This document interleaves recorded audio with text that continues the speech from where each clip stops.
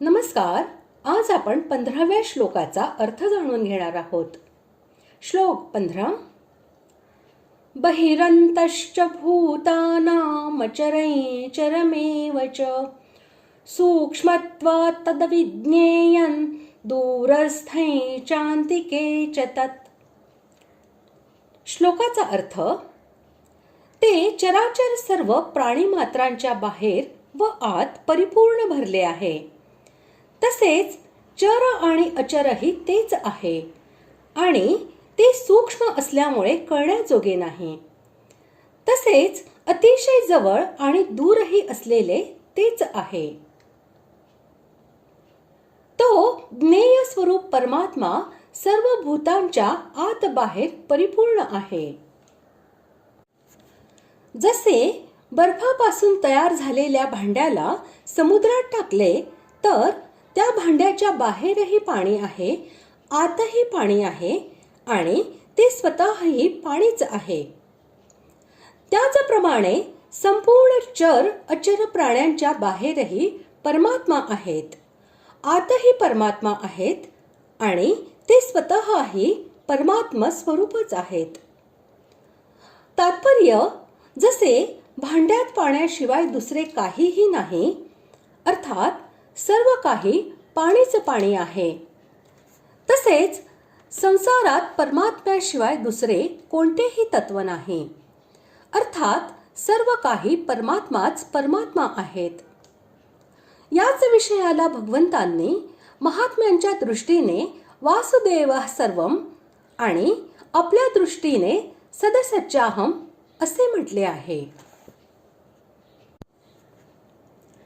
ते परमात्मा सूक्ष्म असल्यामुळे कळण्याजोगे नाही, म्हणजे अविज्ञेय आहे. त्या ज्ञेय असलेल्याला सर्व रूप म्हटल्यामुळे अशी शंका येते की जर काही तोच आहे तर मग सर्वजण त्याला जाणत का नाहीत.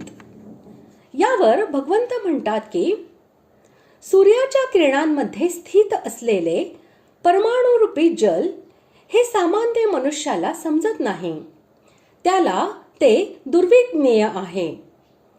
त्याच प्रकारे तो सर्वव्यापी परब्रह्म परमात्मा हा सुद्धा त्या परमाणुरूपी जलापेक्षाही अत्यंत सूक्ष्म असल्यामुळे सामान्य मनुष्यांना समजत नाही, म्हणून तो अविज्ञेय आहे.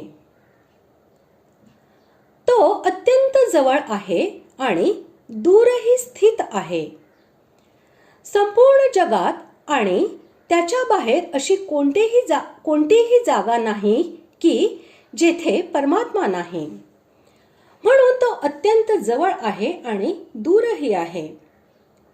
कारण मनुष्य ज्यांना दूर आणि जवळ मानतो त्या सर्वच स्थानांमध्ये तो विज्ञानानंद घन परमात्मा हाच नेहमी व्याप्त आहे. म्हणून हे तत्व जाणणाऱ्या श्रद्धाळू मनुष्यांना तो परमात्मा अत्यंत जवळ आहे आणि अश्रद्धाळू लोकांना अत्यंत दूर आहे. उत्पत्ती विनाशशील पदार्थांच्या संग्रह आणि सुखभोगाची इच्छा करणाऱ्यासाठी परमात्मा तत्वतः जवळ असूनही दूर आहेत. परंतु जे केवळ परमात्म्याच्याच सन्मुख आहेत त्यांच्यासाठी परमात्मा जवळ आहेत. म्हणून साधकाने सांसारिक भोग आणि संग्रहाच्या इच्छेचा त्याग करून केवळ परमात्मा प्राप्तीची अभिलाषा जागृत केली पाहिजे.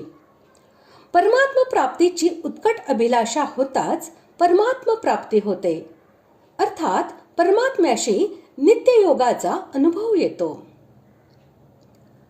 अशा प्रकारे आज आपण 15व्या श्लोकाचा अर्थ जाणून घेतला. पुढील भागात आपण 16व्या श्लोकाचा अर्थ जाणून घेणार आहोत. धन्यवाद.